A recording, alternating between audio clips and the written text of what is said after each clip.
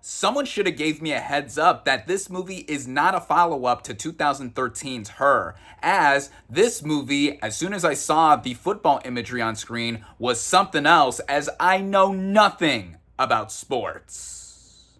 What is up, everybody? Random Random Man here, bringing you my review for Him in One Take. Now, the plot of this horror film follows the trials of an up-and-coming football player training at a compound of an aging, nearly retired quarterback for a week.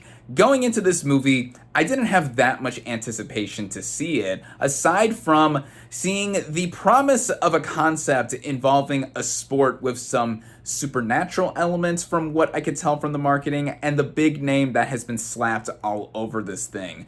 This movie is produced by Jordan Peele, with his production company Monkey Paw being behind it, and he is a well-known name in film for the last several years, of course. His feature directorial debut that he wrote and directed, Get Out, won him the Oscar for Best Original Screenplay, and then he followed those films up with Us and Nope, and I loved all three movies.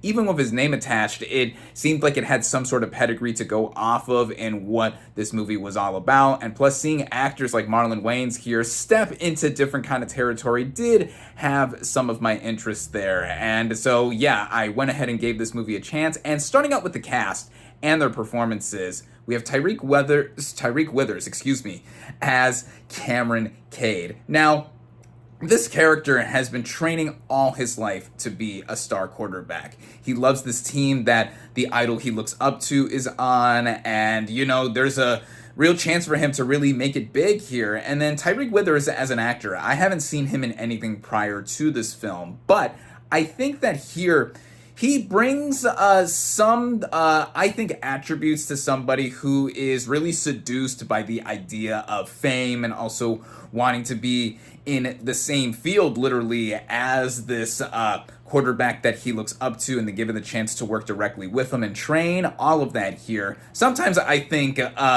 it's more so how the screenplay is just going through certain things that, has his performance be pushed to certain lengths and stuff. But I think Withers does well with what he is given here. Then we have Marlon Wayans as Isaiah White, this aforementioned quarterback whose compound that Cameron is staying at. Now, of course, he is well known for comedy, just like Jordan Peele making the jump from comedy to horror. It's interesting and quite uncommon to see someone like Marlon Wayans do something dramatic. And, dramatic as a horror movie like this could be in some senses, just veering away from comedy. Of course, he did Requiem for a Dream, which I would describe as a horror film of sorts, and he was great in that.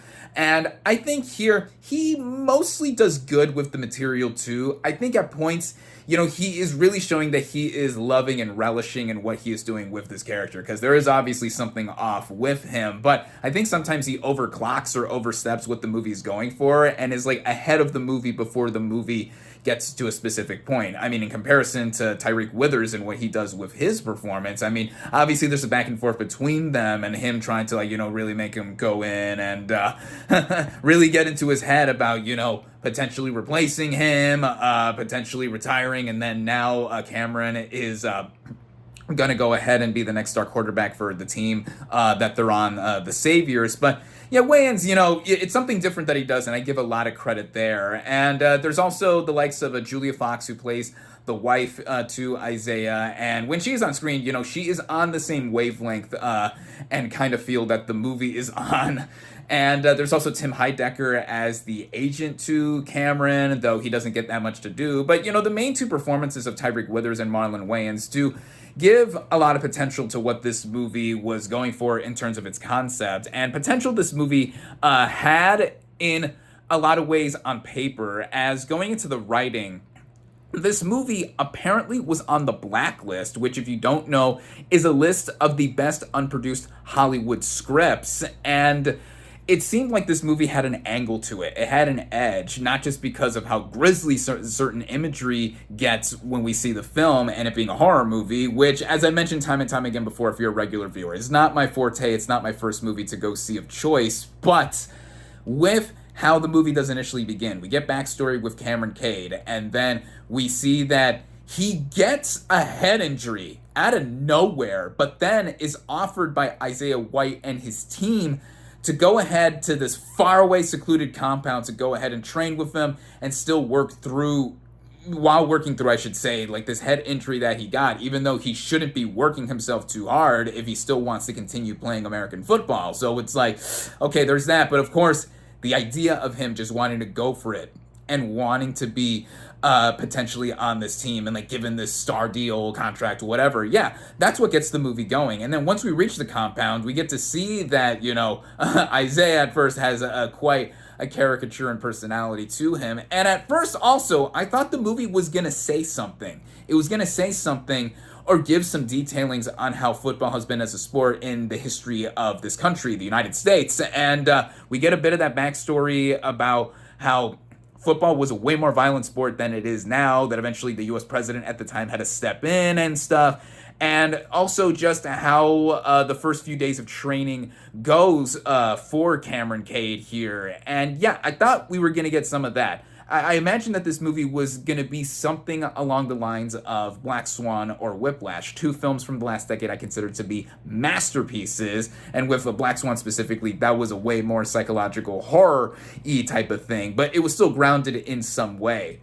Him is not necessarily the same way. And I mention that too because as the movie progresses, it lacks nuance and substance as to what it is trying to do. Now, it's coupled with a lot of the imagery and the directing, which I'll get to, but the movie makes it very clear what it is trying to be about, even with hints that are dropped in between. Even before or as Cameron gets his head injury, it's like, okay, there's something looming beneath the surface or behind the curtains, if you would. And I was thinking like, okay, is the movie going to be doing something interesting with this? And at first, on a stylistic standpoint, the movie was. It's super stylish. The movie is directed by Justin Tipping, whose previous film, his directorial debut, Kicks, I've not seen. But just from seeing what he does here, I think that the movie has a very sterile, very clean, sleek look to it, which I think fits with the tone and also kind of the journey that Cameron was going on as a character, because he wants to be one of the greats. He wants to be the GOAT, potentially, just like Isaiah White is considered to be, and like seeing how everything is symmetrical and perfect almost, and how it is done here. Plus,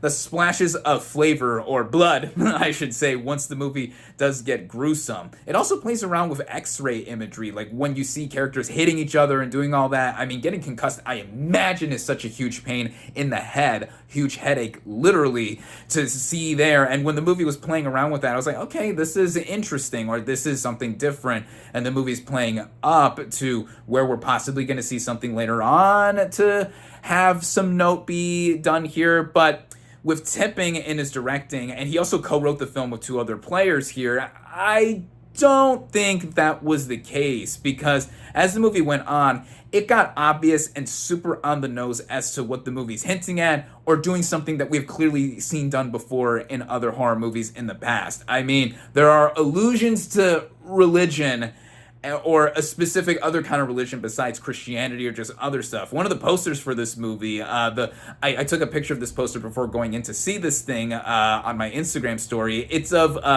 Tyreek Withers in character as Cameron holding out two footballs in the T-pose, which I'm like, okay, movie, the movie plays that up a lot more than that poster initially lets on.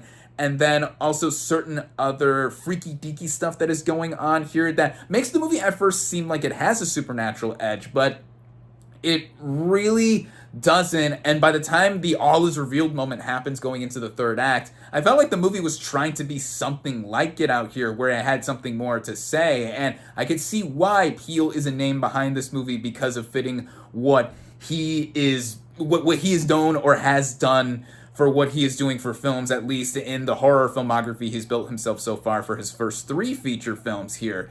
And with that, the movie also kind of plays up these moments or these kind of segments and just going and not giving us, not time to breathe, but, really to marrow over and really just chew on the material. The film runs at just over an hour and a half, which I applaud this movie being concise in some ways, but I felt like there could have been more development, not just with Cameron's character, with how Withers plays him, but there's also just like, what other background is looming behind the curtains or beneath the surface to what Isaiah White and his team have been doing this whole time, and what is really happening here, and just like putting Cameron through the ringer for so many things. I mean, if you're a horror fan and you want to see some gruesome imagery, you're gonna get that here. There's only so many times I can see someone get hit in the face with a football so hard, and it's like, making me wince up, and then seeing other things here that are very bloody and just all around graphic. But,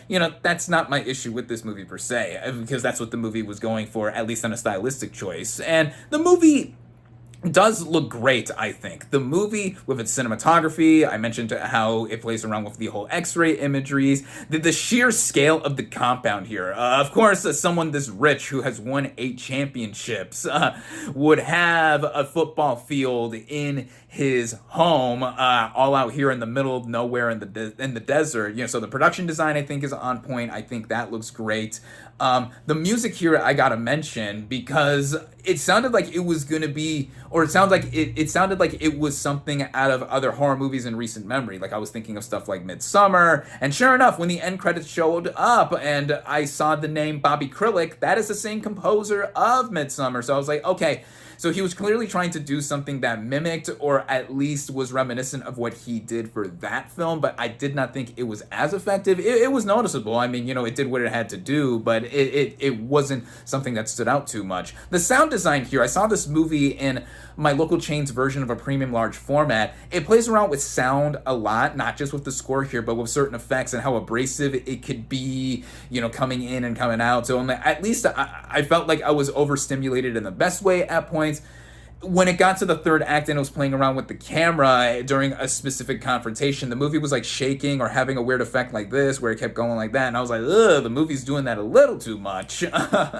Because it's like, I get it, the movie's literally trying to be in your face. It's trying to be in your face, and then it's trying to be so obvious, like with certain religious iconography and stuff that it's hinting at. Like, I kid you not, one shot that just shows up really quickly is like, oh, this is their version of The Last Supper, or certain satanic and, freaky imagery or anything else like that. I mean, without giving too much away, like, you could pretty much imply what I am hinting at as to what this movie has done before, and citing certain groups. I mean, I'm tripping over my words here. This is what I get for doing this in one take. But in any sense, what the movie is doing upon conclusion, it didn't feel like I got too much out of it. Not only did I not get a certain sports commentary here, which after a while I knew the movie was going to drop that, even though we got a cool introduction with how Wayans, his character, was explaining that, and then also seeing his philosophy, how weird he is also when the movie is eventually going through all of it. I thought we were going to get that here to some extent, but no,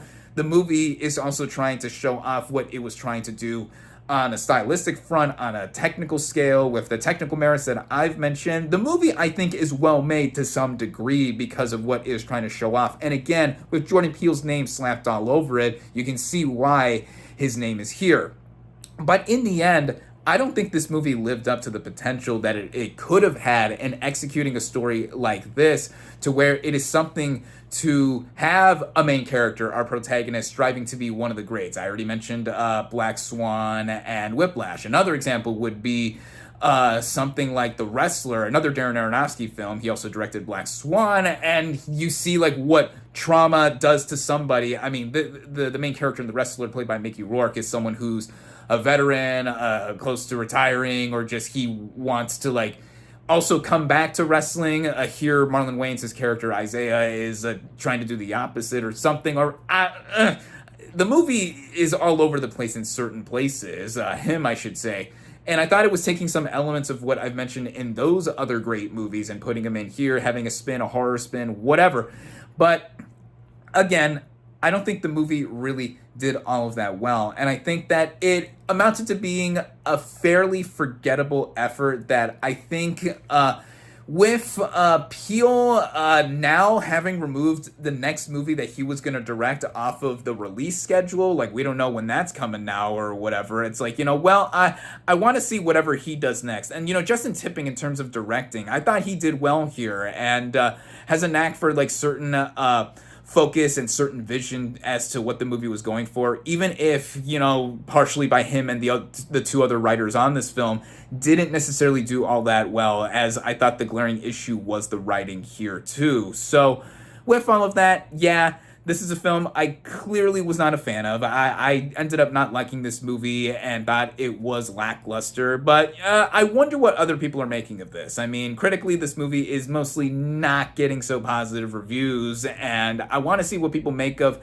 how the third act reveals everything in conclusion, because I was thrown off by that anyway, because it wasn't saying much, and then also it's like, okay, we're having shock value for the sake of shock value by the end. So make of that what you will, but in terms of how I land on this movie, I landed on it just, saying, it's something that I wouldn't recommend. So, with that, my final verdict for him is 2 out of 5 stars.